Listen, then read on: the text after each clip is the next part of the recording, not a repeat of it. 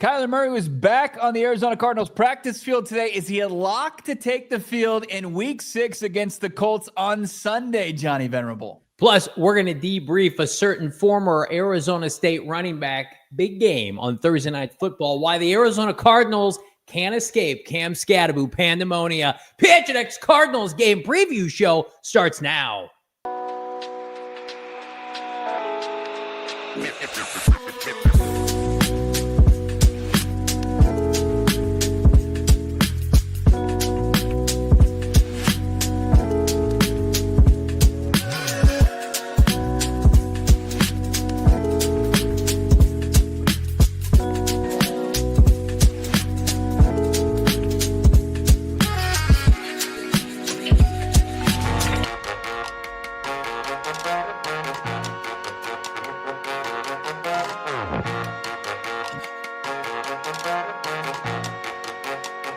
Hey, welcome in.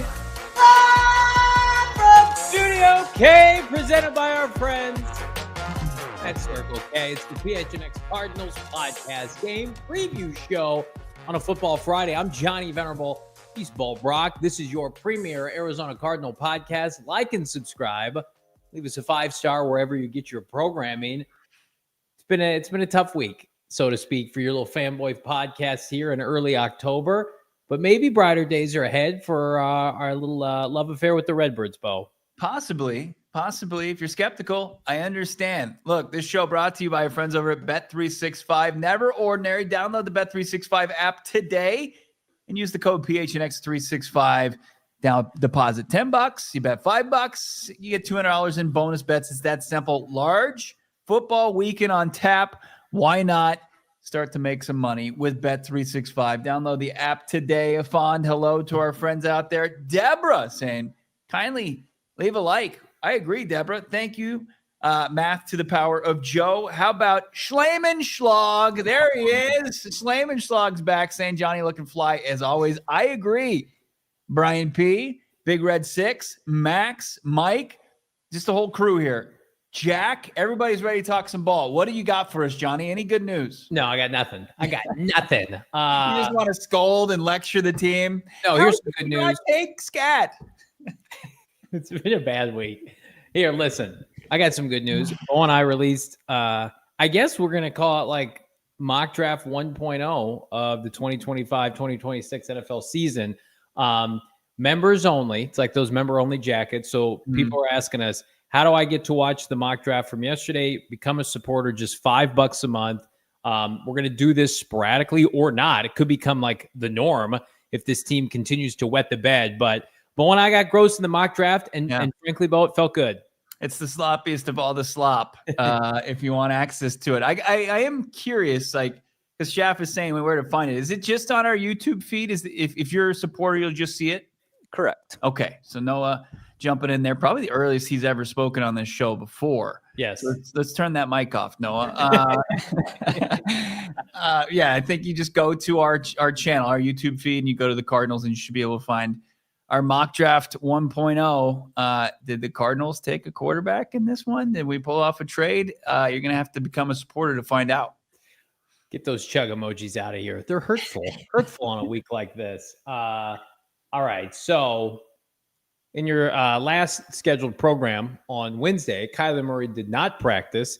Jonathan Gannon was cryptic, as he sometimes is. And then fast forward to yesterday, Kyler Murray again didn't practice. No quarterback was made available. Here's the twist, Bo. Kyler Murray back at practice today, yet Jacoby Brissett not only was with the ones, but he spoke to you and the rest of the Phoenix media. Tell us what's happening. Yeah, so it was a little of an impromptu quarterback session at his locker. Normally, we talk to the starting quarterback that week on Wednesday. But as you mentioned, Kyler didn't practice Wednesday, didn't practice Thursday, and they weren't sure what his availability was. Let's take a look at some footage from today's practice. Kyler, according to Gannon, was going to practice. He was indeed out there. They stayed inside the little practice bubble today. You'll see he's not like gingerly moving around on his feet. He looks normal. He looks like he's moving around well. See him kind of dance around his normal self. There he's throwing a Higgy Bear. Here's Jacoby Brissett, and you'll see Brissett's throwing. That's Michael Wilson right there. Here's Kyler. This is to Zay Jones, who I don't think you consider a Cardinals starter. Jacoby Brissett. He's going to find Greg Dortch here. And it kind of just goes back and forth. Kyler again, Higgy Bear, and then Jacoby Brissett. Finally, you're going to see him hit Marvin Harrison Jr. here down the side of the field. So it was like Jacoby throwing the Trey McBride, Greg Dortch, Marvin Harrison Jr., where Kyler Murray was throwing to Elijah Higgins, Zay Jones, Xavier Weaver, kind of flipping roles as far as the beginning of practice. Now, this is the open portion. I can't tell you. I wasn't there. I wouldn't be able to tell you otherwise, what it looked like when they got into 7s or 11s and who was with the 1s and who was with the 2s. Johnny is he's gone.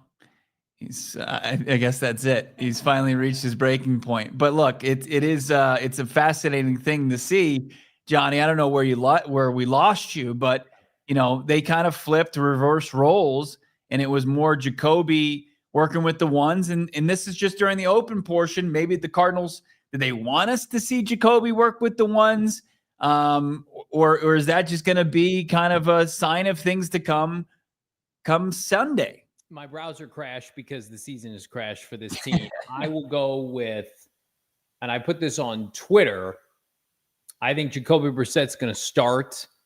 I don't trust them with the semantics. I could see Kyler Murray going out there and throwing some passes and then, ramping it down, right, at the rest of practice. I would love to be incorrect.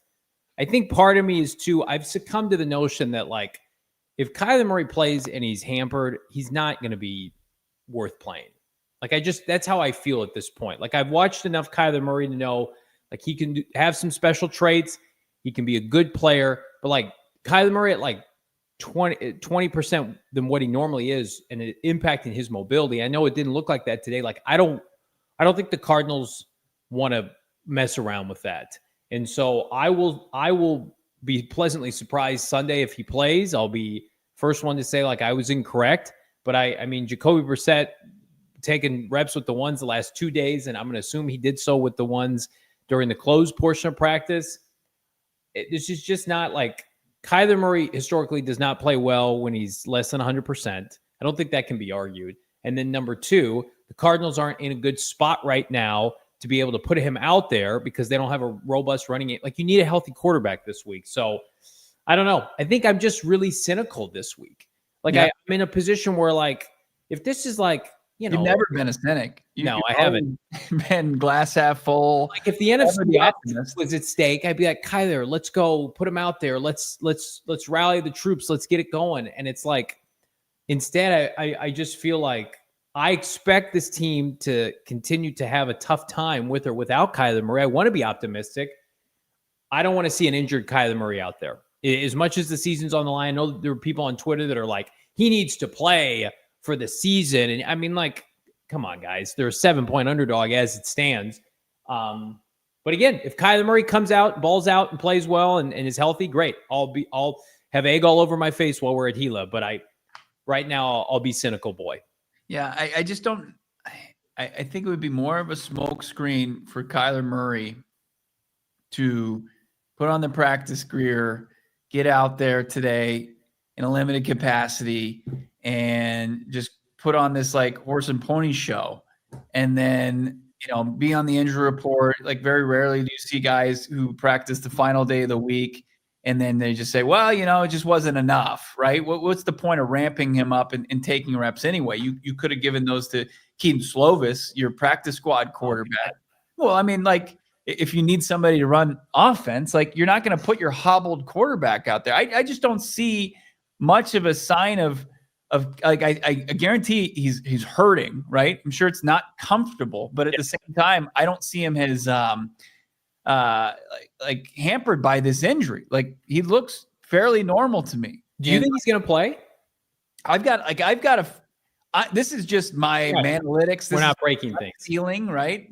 Is this a safe space? I just feel 60-40 that he's going to play. That's what I feel. Basically, pending if he is sore tomorrow, it doesn't respond well today. If he progresses from today to tomorrow to Sunday, And on the flight out east, you think he plays? Yes. Okay.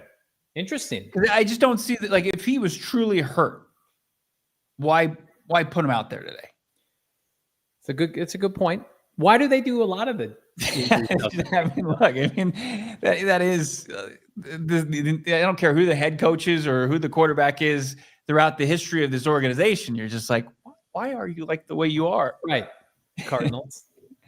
I mean, when you were covering the team in my capacity in 2021 when he was dealing with injuries. Was he practicing? I can't remember if he was practicing or not. Yes, he was. He was practicing, but they had built up so much collateral, and they were at that point were at double-digit wins, and then we saw how effective Colt McCoy was, the defense, and James Conner. I mean, like Hopkins, although he was in and out of the lineup, like that team with Colt McCoy went into San Francisco and Seattle and beat the brakes off of both those teams. I mean, like they were a really fun team for part of that season. And I think they looked at, let's get Kyler like really healthy before the postseason. But the injury to Kyler was much more significant. I believe it was a hamstring that year. So, which, as we saw with Will Johnson, takes multiple weeks, even for a low-grade strain. This is what you don't want to have happen. Like Brock Purdy is still out this weekend. He's not going to play, and he's got turf toe, and Joe Burrow's out for the season. Like I am surprised that they put Kyler out there, honestly, with how fragile this season has gotten, and the fact that a sprained toe or foot could get even worse, and have for the season to completely spiral out of control. You know, he must, to your point, feel pretty good. If he's out there running around, you know, you text me, say he looks good, no limitations. I mean, I didn't see him run. Right. You know, I didn't see him, you know, do his usual, you know, scramble and roll out or anything like that. Right. I mean, it was the open portion, which is about 20 minutes, and there's stretching involved. So you get about, you know, 7 to 10 minutes of them warming up and getting ready for the rest of practice.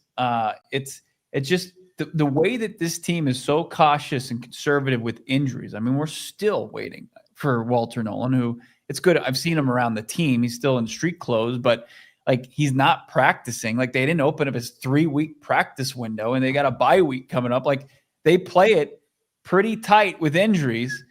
I don't know why they would suddenly get loose with their franchise quarterback. Like, what if he goes in? So like Brock Purdy is dealing with a toe. Yeah. And it's specific to that. And usually when you have a toe injury, on the injury report is a toe. As far as Joe Burrow, he broke his foot, right? Yeah, his toe was mangled. Yeah. So like Kyler, I think I don't trust the Twitter docs out there in their assessment of what his injury is, because we don't know. Yeah, I mean, it could be instead of his toe, it could be the bottom of his foot, it could be his heel. Could be it could be like the little arch. Who knows? Yeah. The toe, the foot is, there's so many little bones in that foot. I mean, like, I do think, like, if it was bad enough for him to not play, like, he wouldn't practice at all this week. I'm not saying he's practicing today as semantics. I don't think that that's what's happening. Yeah. I put this on Twitter. Like, I think he's going to be active Sunday, but like emergency quarterback 2, right? And then Slovis is over there bumming around on the sideline this weekend. Like, and people push back. Like they said, well, if somebody's QB2, then they should just be QB1. I'm like, well, no, you have emergency quarterbacks kind of all the time. I don't know. Do we have Gannon's comments from Wednesday? Yeah. Do we have that still? I don't know. If he's healthy, he'll play. Yeah. Can you play that real quick? Oh, you don't have him? Okay. All good. Yeah, but basically, if he's healthy, he'll play. That's what he said. Yeah, man. I mean, here's from today. Let's listen to this. Have a good day. Have a good day. He'll be out there today. Darius will be ruled out. Everybody else, we will see how it goes today moving forward. So they're all making progress, and we'll see how it goes. So, like Tyler Drake asks, you know, what do you want to see from Kyler? He says, just have a good day. Not like, is he healthy enough to go? I don't know. I don't get the sense that they're doing this. Like, how much of an edge do you think you could get by putting Kyler out there? None. But they think they can. In other instances, I don't know. Like we're gonna be doing our pregame show from Gila on Sunday morning at like 9 in the morning or 9:30 in the morning. Mm-hmm. And we'll know. I think we'll know probably Saturday night if he's gonna play. Usually that stuff. Yeah, usually Schefter or Rappaport usually say like he was questionable and he's officially questionable. Let's look at that injury report real quick. You see him there. Noah doing a good job highlighting it here in red. Foot did not practice, limited. It was questionable. Yeah. You got D-Rob, who was ruled out, as you heard in that video. Gillikin, questionable, but they signed a punter today, Pat O'Donnell. And then you got a couple limited. Max Melton looks like he's trending towards playing with the hamstring. Looks like you'll probably have Evan Brown, who was a full participant today. Calais is just a rest kind of thing. Will Hernandez was full for the first time, I think, all season long. Will Johnson was full. And then Jonah Williams, who showed up for Foot, he was a full participant today. You think Isaiah Adams or Evan Brown is benched this weekend if you had to pick? I think it's probably going to be similar to last year when Adams cracked the starting lineup with Hernandez going down. It was like Adams and Tristan Colon. I think that there's a potential that if I don't know if they still would put Will Hernandez out there full game, but I think if that's going to become, they'll ride the hot hand at left guard between Evan Brown and Isaiah Adams. If either one get close, but that's just my assumption. Okay, it's an interesting dynamic to watch. Darius, I just expect to see Darius like after the bye at this point. Like not practicing. I mean, maybe if he comes back next week. I mean, a lot of it is really going to be like so much of this. And I put this on Twitter because people are asking, like, when are people getting fired? When are people being demoted, position coaches, whatever? And I'm like, a lot of it's going to depend on like the optics of the games moving forward, the effort, lack thereof, the execution. Like we talked about it ad nauseum all week. You just can't gloss over the fact the optics of that Tennessee loss locally and nationally are so bad. And then subsequently what's come after with the Gannon fine and comments from Calais and Kyler Murray's injury. Like, it's a very tumultuous time right now. And like, if they were to somehow win this weekend, let's just pretend Kyler Murray plays. I mean, it would do everything for them. It would be the Niners game last year. Yeah. I think it would be bigger than that because it would signify that they can take a breath. Whereas like, Kyler doesn't play, or he does. The offense looks bad again. You lose to Steichen, right? Your counterpart in Philly. You've lost 4 in a row. Like good teams, we talked to Baldy about this. Like good teams don't lose back-to-back games, much less 4 in a row. So like it would be everything. And they would be able to say, like, guys, we've got a handle on this. Clearly, we beat a team with a winning record. They're 1 game away from that, and I'll give them credit if they do it. But like right now, my belief is like as this is as gone as bad as you could imagine to start this season. Like we talked about it earlier today, Bo. You and I did off air. I'm like, never in our wildest dreams, outside of Kyler Murray going down, which he's played every game, could we have foreseen something like this happening? Like I was skeptical on like the passing game in August, but like I didn't think they would be just a big dump offensively. I didn't think they'd be one of the worst offenses in the NFL. I mean, it's a tough scene right now, and they only have themselves to blame. Well, it's regressed. The passing game that had no like way to kind of go backwards has gone backwards. I mean, we're talking about 5 weeks of play, and poor Michael Wilson has 50 yards receiving total for the season. It's unacceptable. Yeah, unacceptable. And it's like you're still seeing, Trey McBride performances here. Nothing crazy so far, and Marv has had 2 solid performances, 3 solid performances, I guess. 2.5, I guess we'll call it. And then everything outside of that, there's no signs of life. No, and you have to be able to show that. And it's coming now where the Cardinals' schedule has flipped from the easy part to now with the way that the Colts are trending and the Jags are trending and your division is trending. Like you've got one of the hardest schedules remaining in the entire league. Yeah. And you've got to like your kind of soft entry to the season. You blew the chance to get some things right. You actually have festered and things have snowballed and they've somehow gotten worse. And that's why people are are skeptical and cynical about the direction of this season. Yep. It's really unfortunate. But at the same time, there's going to be a greater conversation, like we talked about it earlier today, like beyond just the game itself.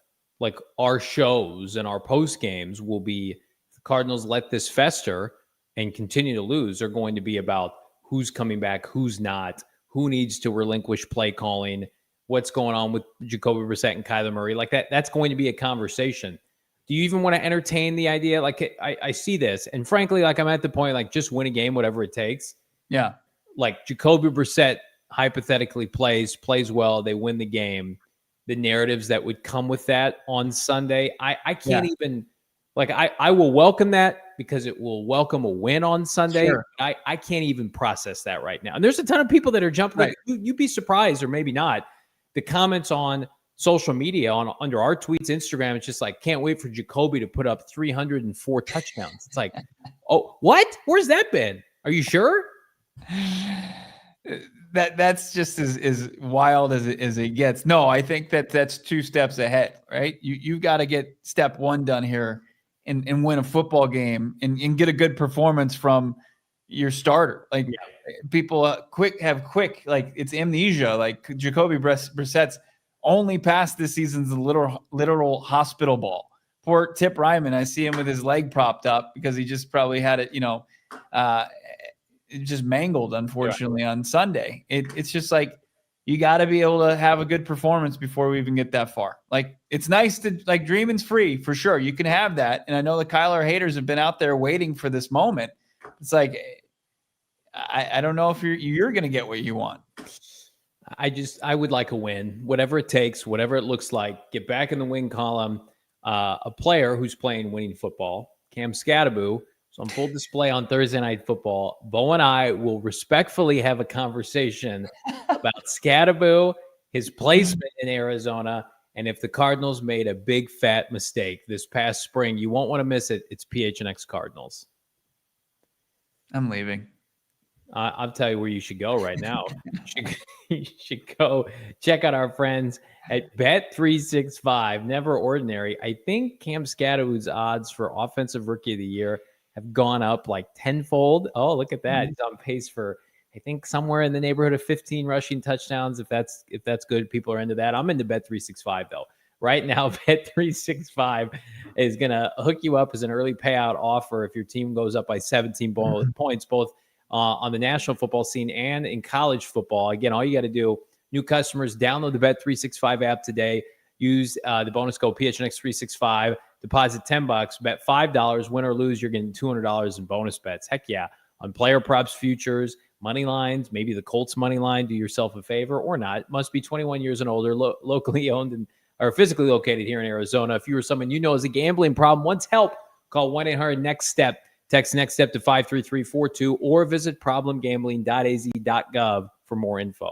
Love the Bet365 app. Also love what's going on at Mack Weldon, one of our newer partners, and they are getting you ready for the fall season. They actually got you ready for any season. They've got the right clothing for any moment. How about if you're going to the gym or you're going out on the town, they got something that you're going to be comfortable in and you're going to be looking good as well. Check it out. The new tech linen line combines easy charm, classic linen, the Cool Max technology. Explore shirts, shorts, hoodies, pants, more at MackWeldon.com. Get 25% off your first order with the code PHNX. I love it. I got the skivvies. I got I got some pants from him. Johnny got a top and more, right? What else did you get from Mack Weldon, Johnny? I got a very nice hooded sweatshirt that I've worn on this program a few times. A couple of collared shirts, just, fancy boy stuff. Love all of it. For over 10 years, Mack Weldon has designed timeless, innovative menswear to help you move through the day with confidence. Check it out. Get breathable clothes you'll feel comfortable in this fall and beyond. MackWeldon.com, 25% off your first order, $125 or more with the code PHNX, MackWeldon. That's MackWeldon.com, promo code PHNX. Hit that like button, subscribe to PHNX Sports here on YouTube. This is usually the time in the show on Friday where we preview the opponent. And yeah, we'll probably talk about Daniel Jones at some point, but it would be a disrespect to our audience, Bo, if we didn't talk about Cameron J. Skattebo. I have no idea if his middle name starts with J. and the performance, the ass kicking, if you will, that the New York Giants, the poverty Giants, who have been bad seemingly forever, whooped up on the Philadelphia Eagles, their elite defensive coordinator, Vic Fangio, their defensive line, in the tune of 34-17 last night. And Cam Skattebo, 19 carries, 98 yards, over 5 yards a clip, 3 rushing touchdowns, added in 12 yards receiving. He and Jackson Dart galvanized that locker room. They've taken over. Goodbye, Tyron Tracy. You'll never start there again. It's never been more over for you. All right. So Russell Wilson. Yeah. Here's where he goes in. Was it 1 or 2 passes? And Jackson Dart's in the blue tent, and he's just getting booed mercilessly. It's unbelievable. Get him out of the blue. Get it back in the game right now. All right. So I'm going to first start off and give love to my co-hosts here. Look at Scat over my shoulder, by the way, for this segment. It's almost. You deserve it. Very poetic. I'm going to give love to my co-host for one reason only. Last night, Cardinal fans, by and large, were out for blood on social media, rightfully so. And my co-host said, you know what? I'm going to sit this one out here on social media. That was, I'm going to be straight with Mo. Some people opted to go the opposite end, and you do you. Yeah. Mo said, I have a take. I'm going to holster my take right now and not put it out for the masses. So before I give my initial 2 cents on what we watched last night, give us your assessment now. Cam Skattebo, 5 games into the Cardinals make a mistake. Did the Cardinals make a mistake? No. I mean, I'm not going to sit here and use the luxury of hindsight to my advantage here, because I can fully put myself back in March, April, the pre-draft, those 3 days, fateful days, where Skattebo's taken on day 3 to start things off in the 4th round. Look, here's my advice that I would give to people that love to watch Cam Skattebo. Just enjoy watching Cam Skattebo run the football at the NFL level. Don't get yourself in this mindset that the Arizona Cardinals missed out on him or robbed you of any opportunity of watching Cam Skattebo, this version of him, playing football. And I know the worst of all realities has come true with the Cardinals, and your 30-year-old running back got hurt, and your draft pick from the previous draft got hurt as well, who was your RB1 and RB2 respectively. This was a Cardinals team that went 4 deep, 5 deep at the running back position. Look, you can put your eyebrows up like that, but I'm right. This is the Cardinals team that was very content with their running back room. Yeah. The team was. And that's where a big part of this is. My viewpoint comes from what the team was going to do, and they were never going to entertain drafting Cam Skattebo on your team. So why are you going to get bent out of shape on it? Why are you going to say, hey, this is up there with taking Levi Brown over Adrian Peterson? I don't think anybody's making that comp. I think it's more in line of it's not Terrell Suggs or anything like that. But yeah, I think it's low-hanging fruit, or maybe a better term is it would have been an easy layup for this franchise. Are you done, though? Did you get all your points made? I want to make sure you have enough. I got enough left to where we can go back and forth here. But it's fun. It would be fun for Cam Skattebo to be on the Cardinals. I've always maintained that. You have never argued that, for sure. Yeah, right? But as far as are the Cardinals going to do it, I never let myself get that far, because I just didn't think it was going to happen. And you're there. You're leading the charge. You're leading the angry mob. No. Yes, you are. You're out there and you're throwing a Molotov cocktail into the middle of the town square that is already on fire. Yeah. With the Cardinals. Listen, look at that. Oh, I love that so much. Look at brownie face. Oh. Why am I so sad? You know why you're sad. Can I get a picture of me and Cam with our shirts off together? Can you put my head over Jackson Dart's or Ryan Fitzpatrick's face? That's what I want. Wow. Listen, I respect my co-host's opinion. We have gone back and forth about this for the better part, almost 6-7 months now. I think that extenuating circumstances were at play here, and it's very ironic that you look at how this season is potentially unfolding and could go down a very dark path. And the fact that, like, what's the Giants record this morning? The 2-4. Yeah. Does anybody care? They have juice right now, and they've got hope, and they've got enthusiasm a week after losing Malik Neighbors. And again, this was always part of my argument for Skattebo, is that this is an entertainment league as well. And this was a unique opportunity to pair him with not his hometown city, but the city that embraced him. And you have now let another operation do that. You thought wrongfully that you were above doing that as an operation. And now we're seeing that this house of cards could be tumbling to the ground this year. And like James Conner, this was always a year-to-year thing with him, right? His contract, his guarantees are almost out the door next year anyway. And Trey Benson, and I've been consistent with this, and people on Twitter, the snarks are out, right? The anti-Skattebo snarks. They would make the argument, well, Johnny, you would have never said that Trey Benson Cam Skattebo was better than Trey Benson. I said that the entire offseason, that I personally thought that. I didn't think Cam Skattebo was better than James Conner, but like what we saw of Trey Benson last year, he looked like just average running back NFL guy. I don't want to call him a jag. I think that's disrespectful, especially because he's hurt right now. But like that was my take. And now it's like, that can't be argued. Like Cam Skattebo is a better NFL player than Trey Benson right now. Now that might not age well. Check back in 18, 24 months. But like Cam Skattebo could have 15 plus touchdowns this year. Trey Benson got one opportunity to start. He's already hurt. Like that plays a factor into it. So all that to say, I think that this is the perfect storm. It's unfortunate, but I don't feel bad for them because they had an opportunity.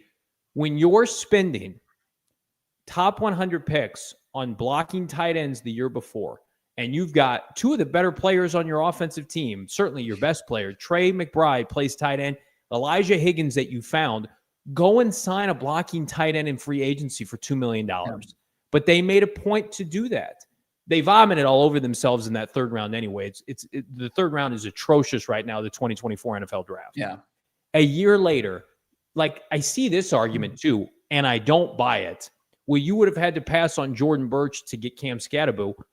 No, here's what you do. If Monty Ossenford is worth his salt as a GM, you take Jordan Birch.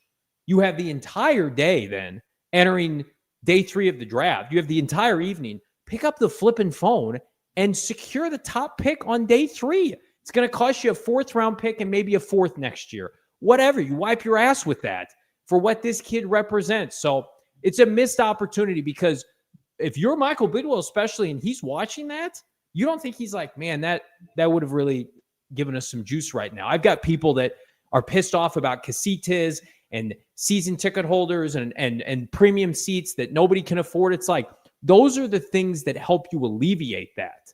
And they blew this because they were too, I'm going to try to be respectful for this. They had zero self-awareness of potentially the unfolding of their regime right now. And they thought they were above taking him. And it certainly is unfortunate that they were not above taking him. They didn't have the need. They just didn't. Like I said, this was a running back room that they were content with. It went 4 to 5 players deep. The player that they took after Scat was taken, was linebacker, off-ball linebacker. That was actually absolutely was. Yeah. And the player before that, they took a pass rush that my co-host begged and pleaded for them. I'm a fan. I like Jordan Birch. You like Jordan Birch? Absolutely. I like Jordan Birch. I like Scat too, guys. Let's not forget that. My co-host does. And you pair the lack of need, and then you also pit the prospects against each other. Look at what Trey Benson is. He's 6'1", 220, runs a 4.39. What James Conner is. Cam Skattebo, and this is why people love him, is he's a 0-star recruit. He's 5'9". He's 200 nothing pounds, and he's a guy that ran a 4.6 at his own pro day. He wasn't a big prospect. So like the numbers are gaudy, the lore is unbelievable. It's off the charts. But as far as like the organization and its willingness to go do that, like, you have to understand it just wasn't there. And to say, like, how dare you, or like, this is like, would it have helped yet now? Yes, absolutely. Any positive juice would have helped. I think Cam Skattebo would be playing over Trey Benson if he was healthy. That's my opinion. I don't think know. Like, I haven't seen how they like their toolsy, like, big guys. I think it's fair. Can I say this? I think it's fair to question their evaluation of offensive talent with this regime. Trey Benson, Tip Ryman, they can't get Michael Wilson the ball. Like, I'm not going to sit here and slobber all over this regime with their evaluation of offensive talent and personnel. They drafted a quarterback, a 5th-round project. He's off the team now. Yeah. I haven't been impressed with the free agent quarterbacks they've picked up. Zay Jones has done absolutely nothing. Like, I think I don't care. Their prospecting offensive skill players stinks so far in this regime. Like, I know your argument is you're playing to like their trends, and that's what we should be saying. But like, their instincts on picking offensive players has not been good. They can pick offensive linemen for the most part, and I think they certainly can pick defensive players because of who their head coach and defensive coordinator are. But like Trey Benson thus far is a miss. That's not a hit. That's a miss of a player. The easiest position to convert to the NFL is what we assume is running back, right? Trey Benson was a top 75 pick. They re-signed James Conner last year because it was evident, like, we were at practice, like, well, James is way better than Trey Benson. Like, I don't think, and this is the Cardinals literally showed you that they're not above doing this. They signed 2 defensive linemen in free agency of 2024 and then immediately said, nope, that was the wrong decision. Let's bring in Calais Campbell and Dalvin Tomlinson and Walter Nolan.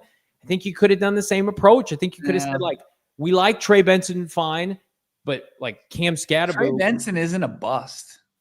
Well, I don't think he's a hit either. I think he's also, I mean, he goes with a meniscus injury. It's a knee injury. It's not a serious knee injury. Let's see how he finishes the year. Right. Hopefully he gets back. It seems like it's something but like, you look at Trey Benson overall, I mean, I'm looking at him in 17 games. He's averaging just under 5 yards per carry. And we're like, throw this guy to the trash heap. Well, how many yards does he have? He's got what? It's right here, 451. Yeah, 160. He's averaging 5.5 yards per carry. We know a lot of explosives contributed to that this year. How many touchdowns does he have for a team that can't score? I mean, you know that he doesn't have he wasn't getting those looks with James last year, and this year he just got 1 start. He's got 1 touchdown. Cam Skattebo's got 5 touchdowns for the Giants. For the Giants, he's their only offense. Look, and I love it. I love that for the Giants. Like, that's a fun. That's an NFL Sunday ticket team that I'm in on. I'll watch them now the rest of the season. Yeah, like. If you want to galvanize a franchise, take this blueprint. Go find it's tough to find the quarterback. Like, that's easier said than done. And go get yourself a fun running back. Like, that's something that you can do when you've got, not high expectations. And it's like, they've got this great performance against Philly. They lost to the Saints last week too. Like, this is going to be chaos. This is going to be up and down, but it's still, it's fun. Yeah, I mean, it's a very, I think, tumultuous time for Cardinal fans because they've had a terrible stretch of games, and then you lay this on them. Like, there's probably, I would say, like 3/4 of the fan base, like, wanted Skattebo, would have been open to Skattebo, and then can relate to somebody being like nobody. I don't think anybody would have turned their nose up at them. That goes into the pros thing. Like, is that there are people on Twitter that are just like, there would have been an outrage if they had taken Cam Skattebo, like, traded up in the 4th. No, the people would have been excited from the minute that happened, including my co-host. When he's doing all these shenanigans, these great shenanigans. Like, well, let me, because we got to take a break, but let me just ask you about that piece of it as well. We had, I think Brian Baldinger was the one who mentioned this, and I think it's important note. And I'm not diminishing James Conner; he's gone now. But he made a point to say, like, how many leaders do the Cardinals have on offense compared to their defense? Like Buddha, we've got Calais Campbell. and they're Baldy questioned the Cardinals' leadership. And I don't know if I question their leadership per se. Like they've got Paris, and you know how Kyler leads, and I think Froholt's the captain. Yeah, but there's questions about like rah-rah on the offense. I do think that there's an aspect of like the enthusiasm and the juice that he brings. The Cardinals do not have that outside There's no of juice right now. Outside of a Marvin Harrison Jr.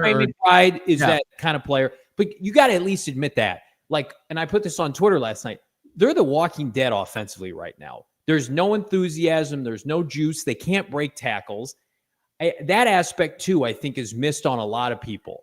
And again, like James Conner brings that when he's healthy. I will concede that absolutely. Like Trey Benson wasn't bringing. He was just a guy when he was playing. He was a nice complimentary player. Cam Skattebo is a presence that they don't have on and off the field. All right, rant over. I know people wanted us to talk about it. I'm excited for him, and I'm disappointed. I was disappointed. I was sad for Cardinal fans watching that last night when they have to turn around and watch the slop that's been on display. We're going to keep things going here. Yeah, real quick. And this is probably a horrible idea, but should we do like a supporters only poll on who was right and who? Because I don't feel like we resolved anything. I mean, I feel like I made a pretty. If you think you need a poll, go ahead. If you think you need a poll, go ahead, Mr. Bo Brock. No, man, can you churn that up for us as we continue on? It's PHNX. I'm going to continue on with our friends at Rally House. I think they should make an exception. They don't typically carry opposing fan gear, but from opposing teams. But I think there should be a Cam Skattebo Giants jersey available at Rally House. I think those would do pretty well.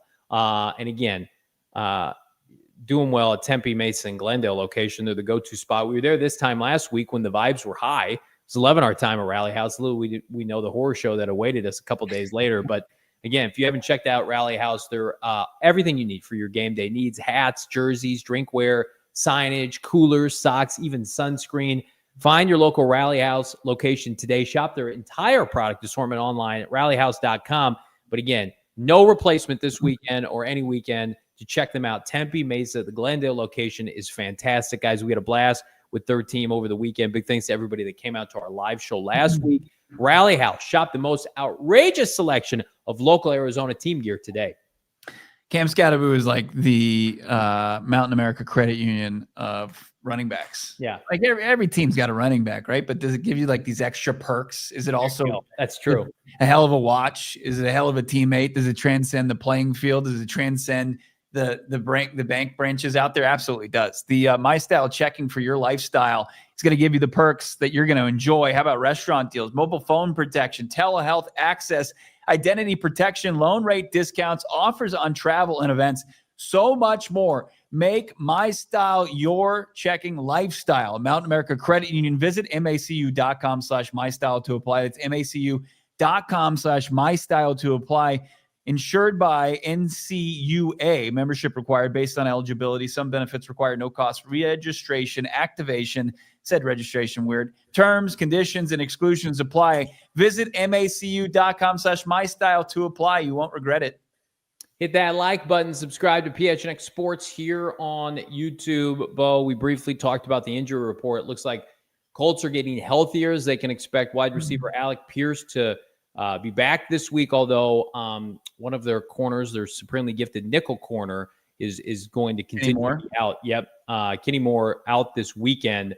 But, I mean, this Colts team, look them at surface level. Like, I had somebody close to the situation, like, message me today and say, like, who have the Colts really beaten? I think that's a fair question. Like, they have beaten up on, the Raiders, who are not a great team. They had just I think kind of a gifted win against the Broncos. They beat up on the Titans. They beat up on the Dolphins. And then they were actually leading the Rams for a lot of that game, and then let it slip away in the fourth quarter. But they're a viable team. They're a team I expect to win double-digit games. Benjamin Albright was on our show earlier this week. Expects Daniel Jones to be re-signed. But your scouting report after a week of Indianapolis.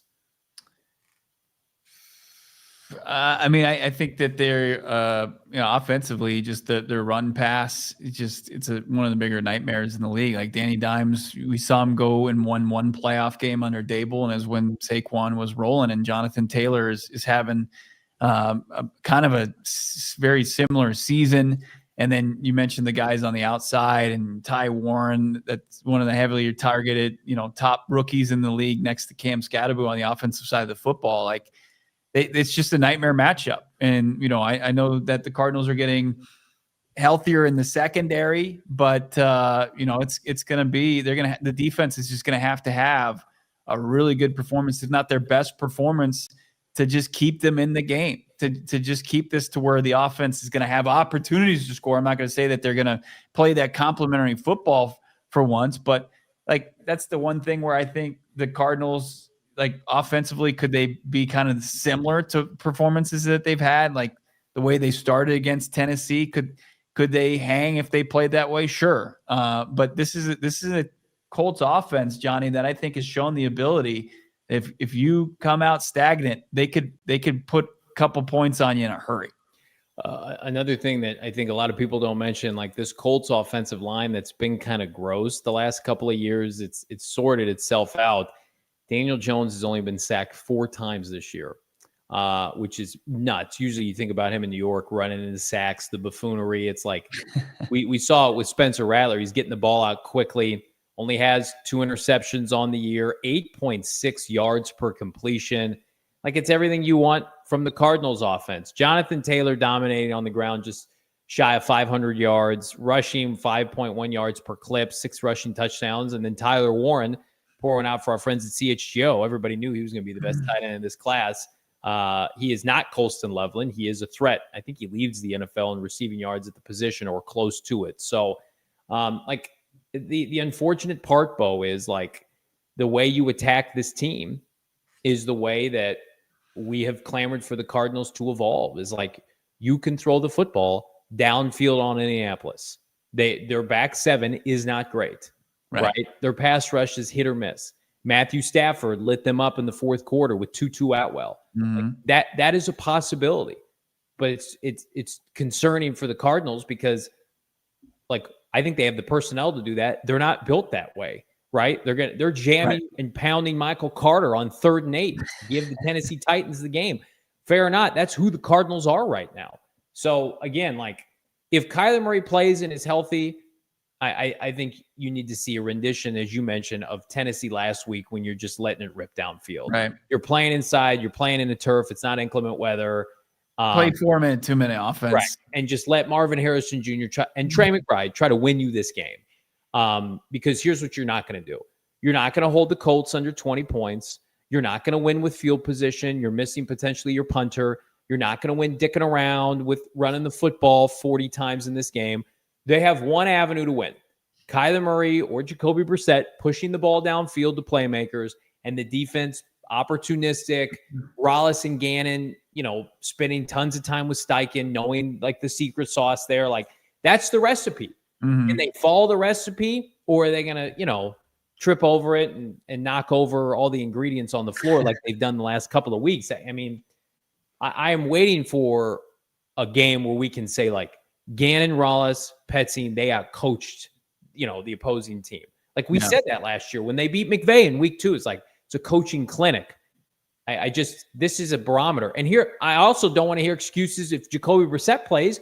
Daniel Jones was a backup heading into this year, or an assumed backup. So go ahead. You have to show Brissett was the right, familiarity with the system, can run it, and should be able to do it at some sort of level. But finish your point. Sorry. No, I agree. I just, because like Mac Jones is playing this week against the Jags. Right. Like, are they going to apologize if they win? Like, no. Like, you made a commitment to Jacoby Brissett and Kyler Murray, and you feel like with the year 3 roster construction, you can go beat a Colts team that I think before the season, the Cardinals were favored to beat. Like, we looked at this game before the season, like, this is a joke Colts team. Steichen will be fired.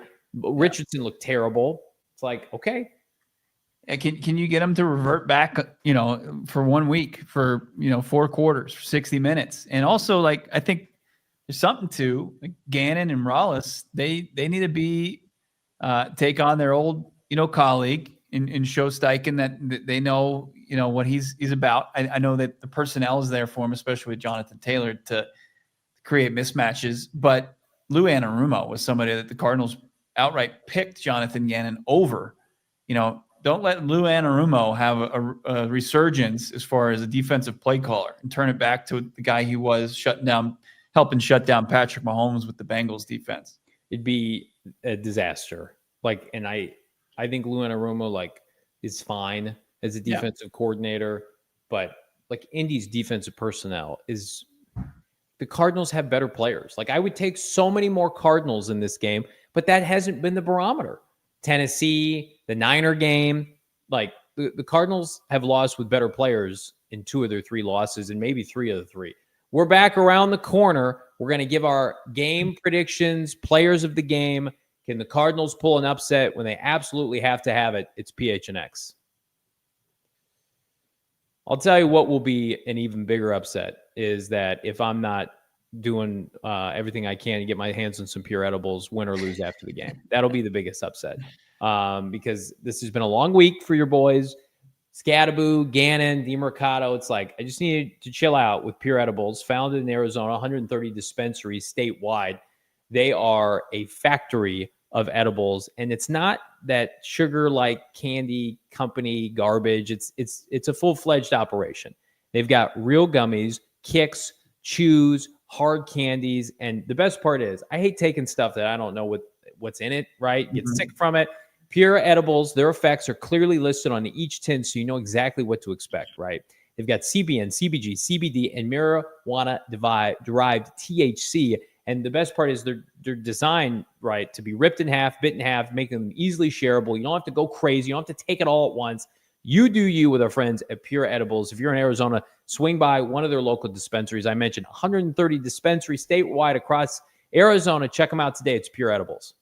For more than 15 years, Access Insurance, the agency of Arizona, has delivered affordable, reliable car insurance for drivers across the Phoenix metro area. They make it simple to get covered, accepting different IDs, driving histories, and license types while partnering with over 20 carriers so you can compare rates and find the best that fits your budget. With bilingual agents at 9 Valley locations, Access is part of the community ready to help you discover coverage and discounts you deserve. Plus, they accept both cash and card for your convenience. Access Auto, trusted by the community, rooted in Phoenix, and ready to help. All statements are subject to terms, exclusions, and conditions of applicable policy. In other instances, all current policy contract language prevails. Coverage is subject to individual policy holders meeting underwriting qualifications and state availability. Other terms, conditions, and exclusions may apply. Big thanks to all of our partners. Do us a favor, hit that like button, become a supporter today. Bo, who are you supporting this weekend for the Arizona Cardinals? Who do you like to stand out? Very well done. Let's get into mine. I've got Trey McBride. I've gone with Trey a couple times this season. He's had, a decent start to the year. I'm looking for a signature Trey McBride performance. I'm looking 8 to 9 catches for 100 yards and maybe a trip to the end zone. You look at how the Colts have defended the tight end position this year, and it's been decent. But, Johnny, they haven't played any good tight ends this year. Brock Bowers missed the last game, and they really haven't faced anybody that strikes fear into opposing defenses' hearts. Trey McBride does. Give me Trey McHurdles, Traquan. Give me him as my offensive impact player this game. And then the guy has been making an impact really ever since he signed his name on the dotted line on a big $76.4 million contract. Josh Sweat, who's got 5 sacks in his last 4 games. He's getting to the quarterback, and he's doing it often. I like Sweaty J this week. And then going up against Steichen, who I'm sure he faced in practices in Philly and his offenses before. And my X Factor is a guy who's leading the Cardinals in interceptions. I know one of them was not how we wanted it to go or how you draw it up, where it was fumbled to the other team. But Rabbit Taylor Demerson, the X Factor here is getting your hand on some Daniel Jones footballs. And I think Rabbit Taylor Demerson is probably the most well set up to get his hand on a couple footballs. He had a pick in the preseason game last year in Indy. I think this is a prime place for Rabbit to continue to get an interception in this game. Give me him as my X Factor. I like it. I think you've got a couple guys who are ascending on that defense. Taylor Demerson, Sweat, I think should be a Pro Bowler this year if he continues to have that. kind of impact on the defensive line. And I feel like that's chalk, and I think Cardinals need some chalk in their life, which is where I'm going to roll on my selections here. 2 weeks in a row, I'm going with the same offensive and defensive player. I'm going to keep going to the well until it stops working. Marvin Harrison Jr.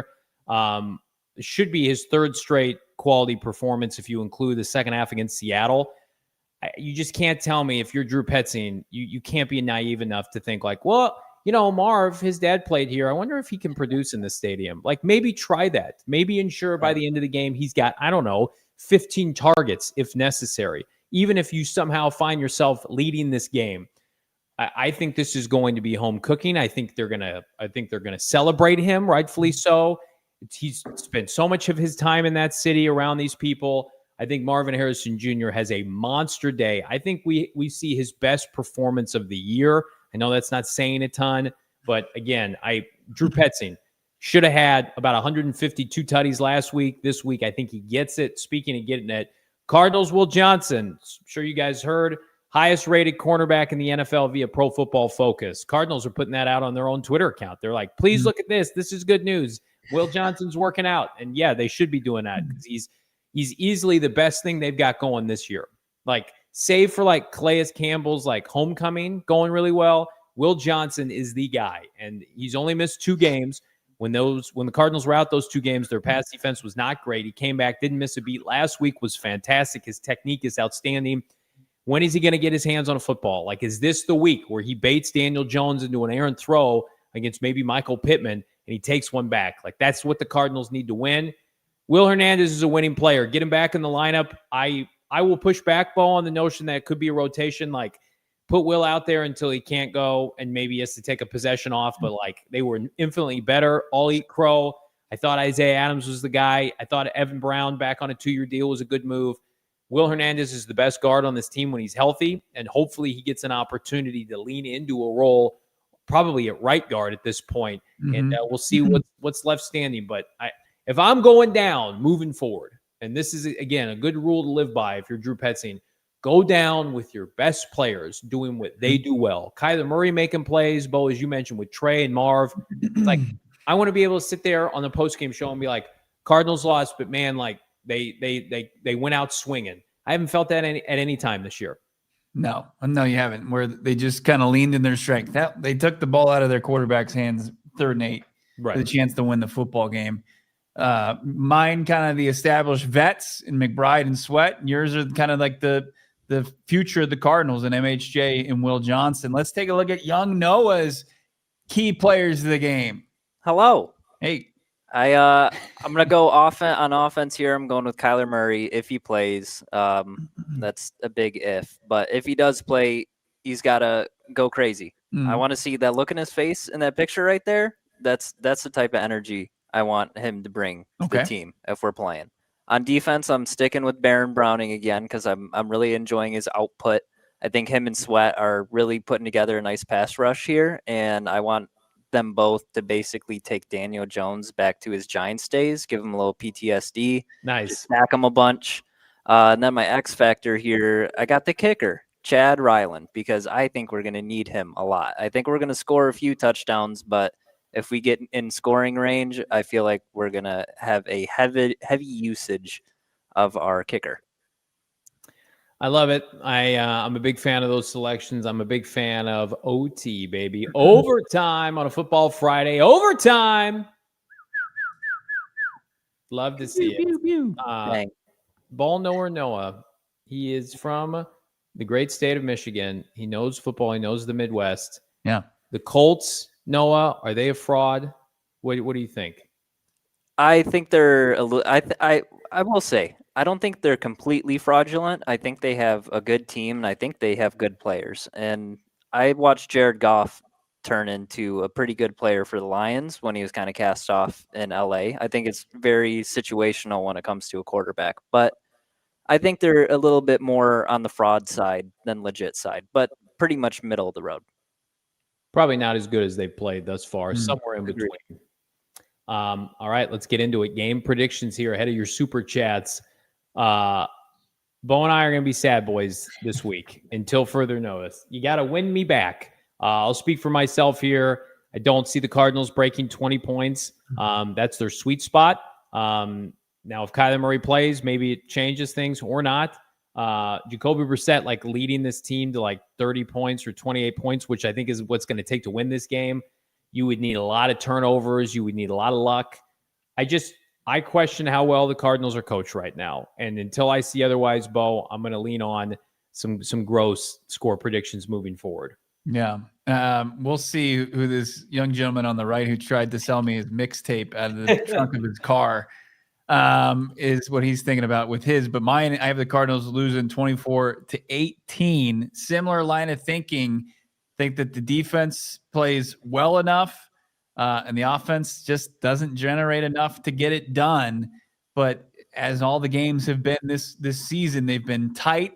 I'm just kind of going with what I've seen so far from, through 5 weeks. And it's just been steady dose of sure kicks to the nether regions as far as the outcomes, but also, there hasn't been one way or the other as far as the scales tipping for either side for either team in the games with the Cardinals. So I've got this one another tight one, 24-18, a less than one score game, and Cardinals dropped to 2-4. I got the Cardinals 30-27. I think they're finally going to pick it up. I want them to. I need them to. I just need to see a win. I need to see a win. And after such a horrible performance last week and with so many memorable bad plays, just horrible stuff happening, I think they're going to come back with a bit of an attitude, I hope. And so that's where my score lies. I think this game goes into overtime and Chad Ryland kicks a game-winning field goal. Can you imagine this? Noah's scenario would just hit so hard. I can't. I'm not even allow myself to go there. It's been so bad. It would hit hard like those mixtapes I sold you. I just think, man, get real for a second here. I think everything we thought we knew or we feel like we know about Jonathan Gannon, culture builder, like we got to see that this weekend. Mm-hmm. Like the same feeling. It's crazy. If you think back to like 2023 Cardinals going into Philly, and it's like, could the Cardinals really win this game and do it for JG? And it's like those kind of like mantra games. And the Cardinals have really only been blown out a couple times in the Gannon era. So maybe we are too aggressive with our predictions, Bo. But I just feel like if you're galvanizing a locker room of 53 men and you got talent on your team and you feel like you're a good coach and you got a good staff, then come and show us. Mm-hmm. And you don't have the pressure of playing at home, right? You're playing indoors. Like you've got controllable elements here. You have familiarity with Steichen's, schemes offensively. Like the Colts are a good team. They're not a great team. Just like go in and prove to everybody that like you guys are the right people to see this through. Because if you can't do that, mm-hmm. then it's only going to get worse. But I listen, if they're 3-3 on Sunday, I will not be surprised. I have that much hope left, but my heart is telling me they're going to win this game. My mind and everything I've watched this year with Drew is telling me that they just are not good enough offensively. They just don't have it. What if the game was just decided whether or not Amari Dermacado or Adonai Mitchell can cross the goal line without dropping it before they score? It'd be tough. I think we should get Dermacado and Mitchell together at post-game exchanging jerseys. Oh, that'd be really funny, actually. Jump into these super chats here. Yeah. Hit that like button. $4.99. Jack attack. If we get another offensive disaster class, oh boy, Petzing better be mic'd up at the McDonald's.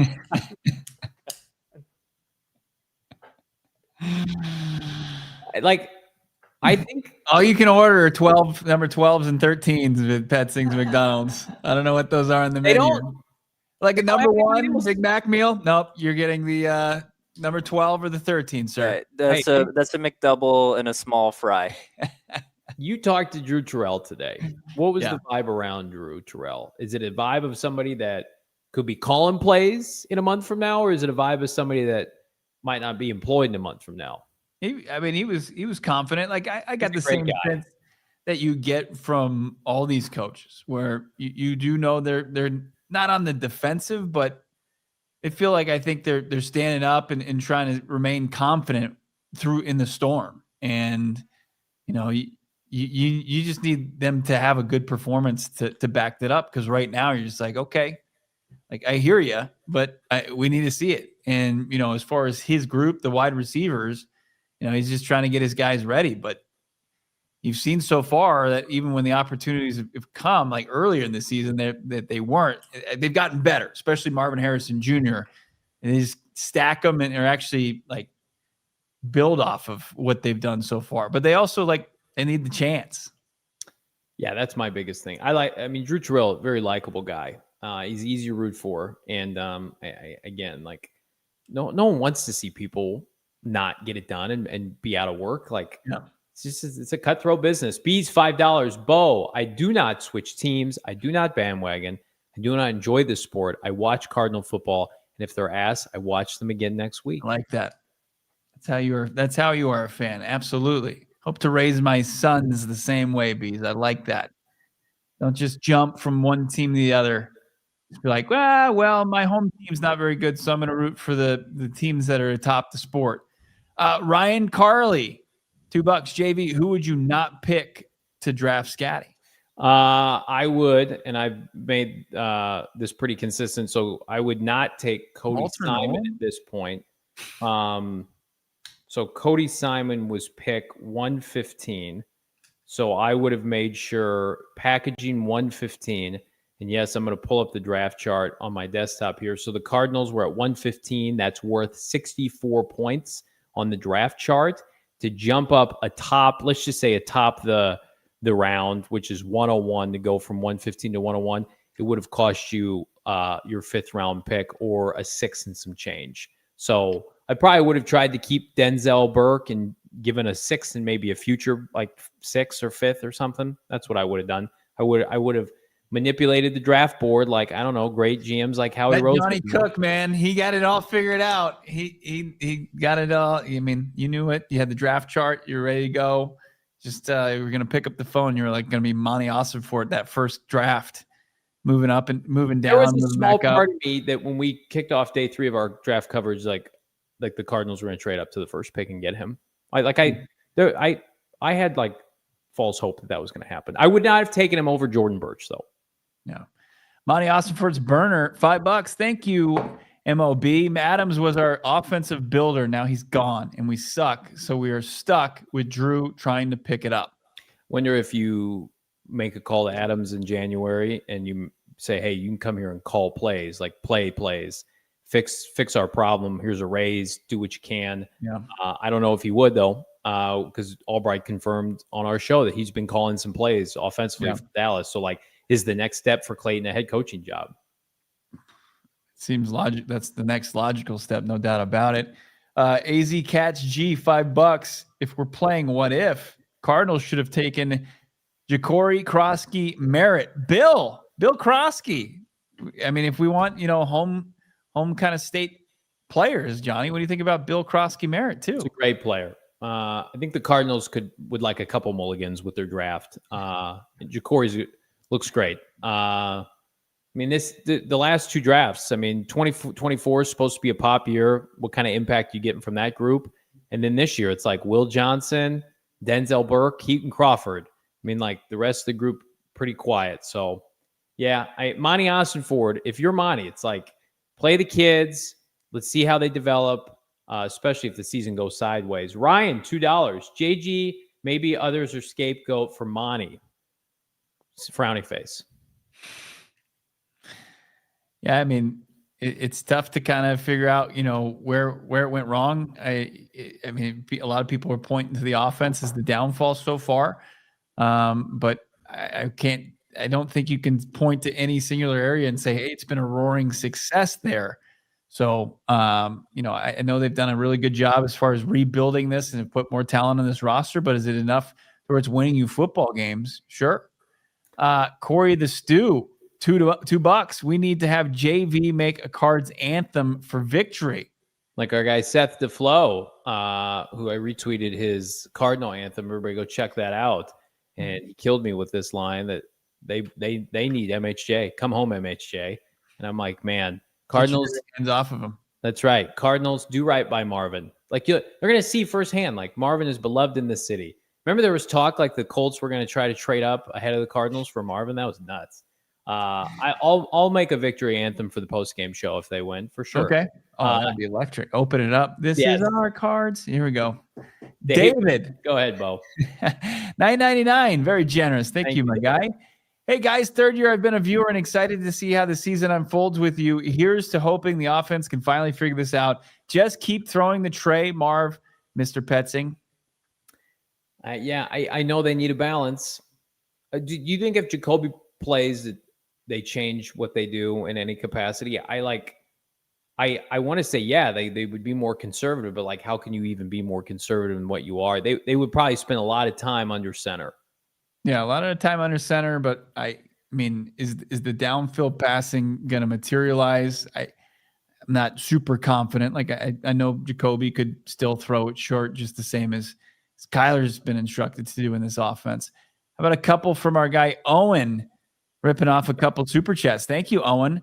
Why is no one direct in press conferences with JG and Drew? Ask direct questions and throw stats at them to hammer home the point. Cut through the coach speak they give every week. They need to be real. Yeah, Bo, why not? Because you can ask the question. You're still not going to like the answers. They have the option to give whatever answer they want, and they decide to either give you coach speak or just kind of give you simple, indirect answers. I'm not shilling here. Like, I've seen people throw stats. Gannon had a comment earlier this year, which I did not love. He's like, well, you can make a stat look like anything you want. And I think that is the disconnect, Owen, from this coaching staff right now and like how educated like fans are with all 22 and PFF grades. Like, this is, people live and die by this, even more so than like 10, 15 years ago. Like, Cardinal fans know who can play and who can't beyond just watching the game on their screen. And when the Cardinals are one of the worst passing offenses during Drew Petzing's tenure, and they have these players, these tools that we feel like can remedy that, and you don't target them. It's just like, I mean, people have asked recently, like, why doesn't Marv get more targets? And what does Drew say? I just got to do a better job in the second half. You got to do a better job, or it's game flow, or it's what the defense is giving in. It's just like you've heard it all. And if you've heard one, you've heard it a million times. Oh, and here's the good news for people who are upset about that, like you and many others. Like, if it continues, they'll be out of a job. Like, they'll have new people. Right. But also, you got to keep in mind, like, what a press conference is. It's not for a reporter to go back and forth and like just prod a coach until he gives you the answer. Like, that would probably be more in a setting of a one-on-one interview, but a press conference, it's an information getting scenario. And if they're unwilling to give it to him, like, any organization is going to take issue with you if you turn it into, hey, I'm going to bully you in this answer. To be fair, though, the information getting like beyond just like stats and going back and forth, the Cardinals aren't great at the moment either. Like, you can't get a straight answer on injuries and time frames. So like, this is all culminating at like, no one would care about this if they were producing. You could be flaky with timelines. Oh yeah. You could do whatever you want. You got to win to be able to operate that way. And if we love JG, if JG was here, I would tell him that. I'm like, got to be careful with how you present this, because it comes off as condescending with you and Drew when you guys are like one of the worst offenses in the NFL. Right. But also, one thing I also would push back on is the narrative that Cardinals or anybody involved in the organization would like censor the questions that are being asked. That's a ridiculous narrative as well. I've never once been told a question was out of line, or neither has anybody in the press corps had that issue. Anybody's free to ask whatever. It's just, are you going to get the answer? Are you going to get it? Is it going to go anywhere? But the idea like you're going to have your credential revoked or anything is pretty ridiculous. That is nuts. I saw that floating around on Twitter. Owen, back up. Before this year, Monty had the aura of let him cook. Is his draft ability a bust? Who's been a hit since Monty's been drafting? It is not a bust. I thought he had a great offseason this year. I still think he made the right move. I think he had a great 2023 draft. I think free agency in 2023 was what it was. I think he had a terrible offseason in 2024. The free agent class was largely a bust, and the draft class has not produced yet. I think this year, back on track, good free agency group, Bo. Will Johnson's a star. He's going to be a star. Like I know we are impatient on Walter Nolan. Like, let's see him play. Denzel Burke, Keaton Crawford look like contributors. Jordan Burke's he's been playing, right? Like I think he had a good offseason. But the problem is the 2024 offseason was the one you had the most resources. And it looks like you made a bunch of bad decisions. Yeah. And like Marv is starting to get going. Right. Max, I think people have confidence. There's two contributors right there. But, Darius Robinson, is he going to get his 5th-year option picked up when you have to make that decision? Like, is he enough of a contributor? Like, so far, you're still wanting more. It's tough sledding as far as that goes. And then, this year is with Walt not being there, but Will Johnson is. Jordan Birch, we'll see what his role expands into potentially. You've got a 7th rounder that made the team. So you can find some pros and you can find a lot of cons in the 2024 draft. Back again, Owen, 3 years in, and I'm bored of constantly hoping. Got to deliver, and it's clear this season, another waiting season. Other teams haven't gone to wait this long.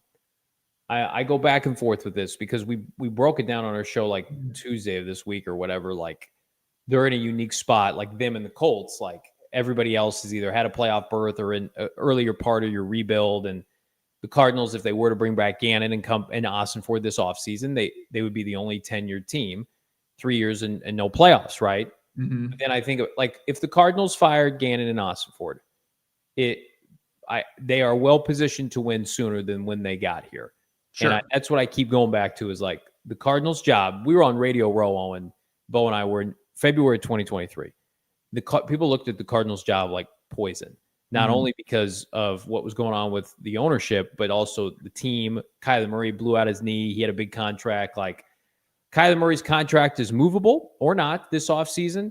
You've got a ton of young talent. You've got cap space. So, like, I do think if they opted to go a different direction, like, they would get some interest and some juice and stuff. But I also this is me being naive. Like, I don't know if you're doing better than either one of them right now, given the circumstances. But it may not matter. They may not be able to have that. The choice may be pulled from them. I don't think either one of them is getting fired, though. Neither do I. Keeping it going here, but look, long season to go. Yataj Vegan. Apologies for probably not getting that right. Jersey sales alone would be justified taking Scat even in the second round. I should have taken him 16th overall. You get more than you got now. Between Tillman and Plummer is the best Sun Devil ever. Massive miss. We treat draft picks like gold bars before they even play a down. And it's like, yeah, man, the Cardinals, like, operationally needed the juice on and off the field. And if you can't realize that as a fan, I can't help you. This team needs national awareness. They need national cachet. And then, now you've got the cherry on top is he's a really good effing player. It was all right there for you. You vomited all over yourself. You didn't take him. The first and second round? No. But, like, we started day 3. He was sitting at home on his couch with his family. It's like, go get him. Imagine the narrative right now. What would their record be with Scat? Let me ask you that. 3-2? Probably. With him 3-2, with him taking over the backfield. Oh, what a 3-2 it would be. He would have mauled Tennessee last week. He would have just destroyed them. Taking on Jeffrey Simmons one-on-one. Scat. We would have pancaked them. Ryan, $2. If you could keep K1, Monty, JG, or Drew, who do you keep? Of those 4, well, I'm not keeping Drew. MFK of these guys? No, I think they pick your favorite. Okay. It's probably Gannon for me. Yeah.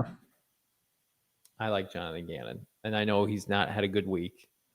I'm hopeful. I'd like for Kyler to find it. I really do. Put him in his position for success.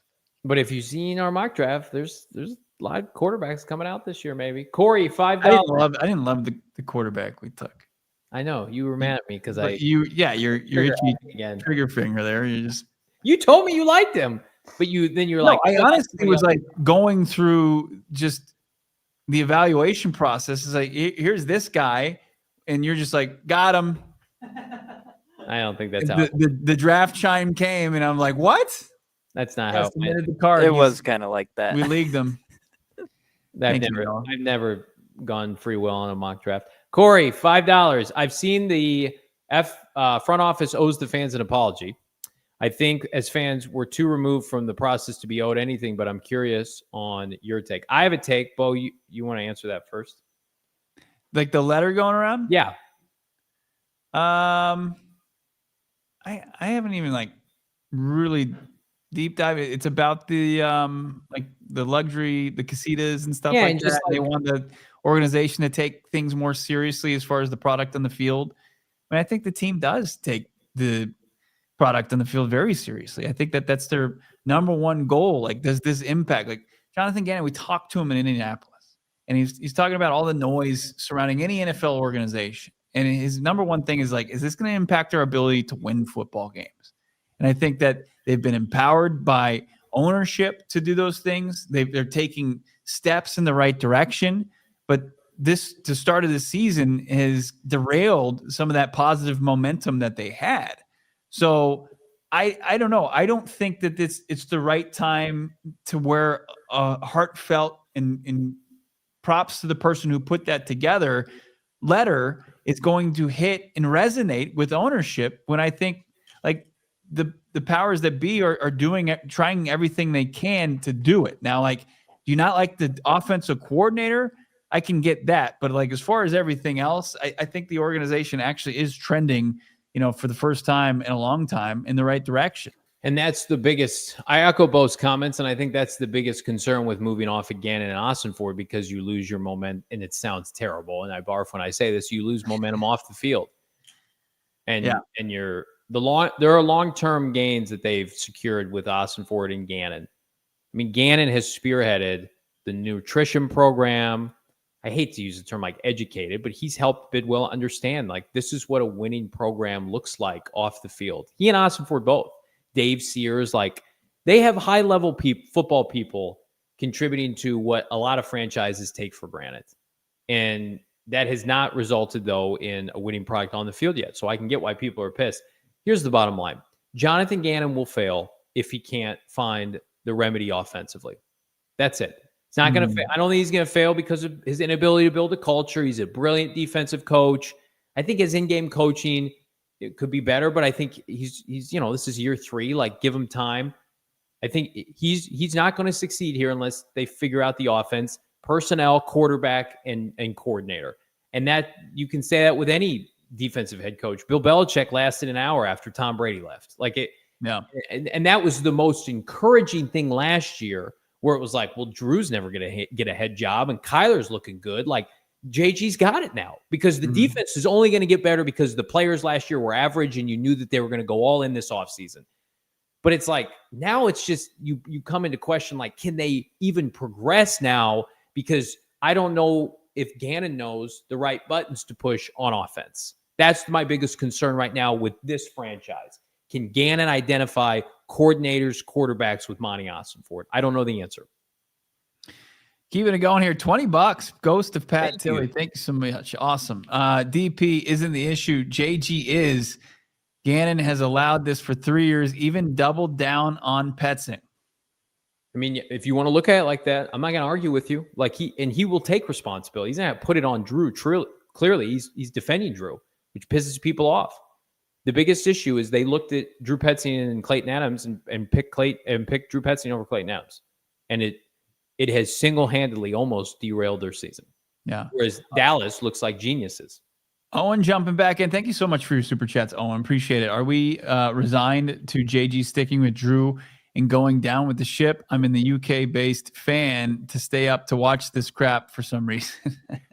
I mean, like, when would Drew, what circumstances would Drew be fired during the season? Because Owen, like, I'm at the point right now, Drew will be gone in January, pending a miracle run by the offense. So, like, Drew will be gone in 4 months, but Bo, what would it take for him to be gone sooner than that?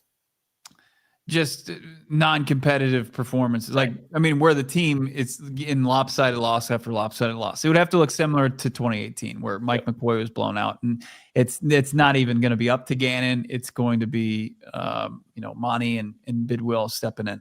Yeah, but I think we're trending toward just Drew's contract expires. We're just going to say good luck, Drew. Yeah. Last chat from Owen. Thank you so much, my guy. Final chat from the UK. I love you, JV and Bo. We love you too, Owen. Thank you so much for the support. Great questions, by the way. Yes, no doubt about it. We are approaching 100 likes. We want to get this thing up to, 250 here on a game preview Friday? 250. Come on now. Let's go. Yeah, drop a like to celebrate it being Friday, going in the weekend. Could be a tough football weekend in this state. No Sam Levitt tomorrow for the Sun Devils. U of A's got a tough matchup with BYU. And then the Cardinals are on the road in Indy. Somebody put this on Twitter, asked me, who plays more games for the Arizona Cardinals in 2026, Kyler Murray or Sam Levitt? What do you think about that question? What do you think about that? I don't think that's that tough. I don't think that's that tough. Who starts more games for the Cardinals in 2026, Kyler Murray or Sam Levitt? There's so many variables that go into Sam Levitt getting here. We're so sick right now. We're such sickos. Hit that like button for us, a couple sickos. It's been a crazy week. I would love a win on Sunday, and then just for things to quiet. We haven't even really been able to talk about football because there's so much other garbage going on. Yeah. But here's what's not garbage. If you're in the area, myself, Bo, Noah, Shane Deef's going to be in the house. Mm-hmm. We're going to be at Gila River Resorts and Casinos, sicko style. We're going to be there 9 a.m. on Sunday morning. We got a watch party that starts at 10 with the kickoff of the game, and we're doing a live watch along. So if you want to sneak your head into the stream, let's go. So we're pulling double duty, and of course, pregame, halftime, and postgame show. But nachos, wings, some adult beverages maybe at 10 in the morning. What do you think, Bo? Oh, man. Little kegs and eggs to start the football Sunday. Do it with us. Yeah, join. Be a part of a live show, a watch along. Johnny said pregame starts 9:30, kickoff at 10, and then, of course, halftime, postgame. It's all going to be at our favorite place, Gila River Resorts and Casinos, Wild Horse Pass, out there in the East Valley.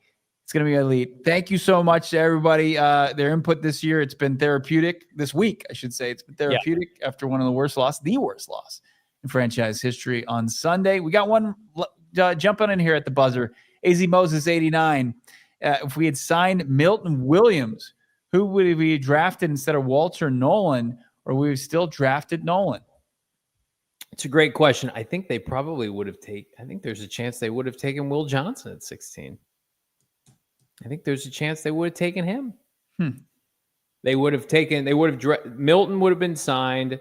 Then they either probably would have still signed Calais or Dalvin. Anybody was going to outbid the Patriots, but for this hypothetical sake, maybe a corner, maybe an offensive lineman, maybe a tackle, maybe Shamar Stewart.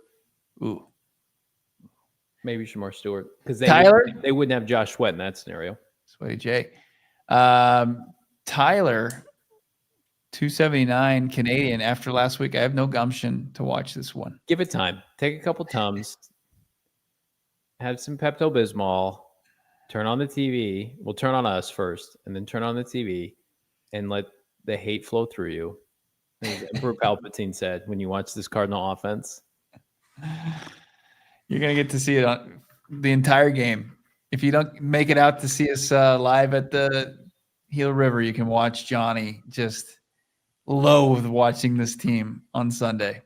It's sad boys and girls at Gila, but we're going to have a blast. Yeah. And I'm not going to let the Cardinals bring us down anymore.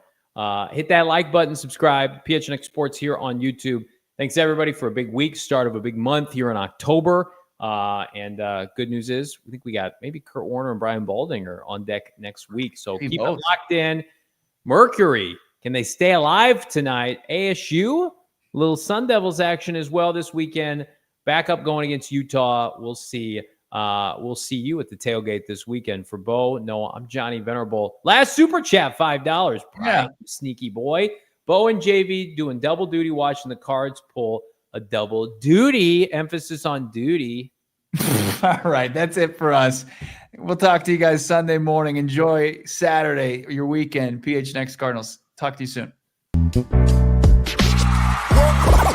all silly like the mayor.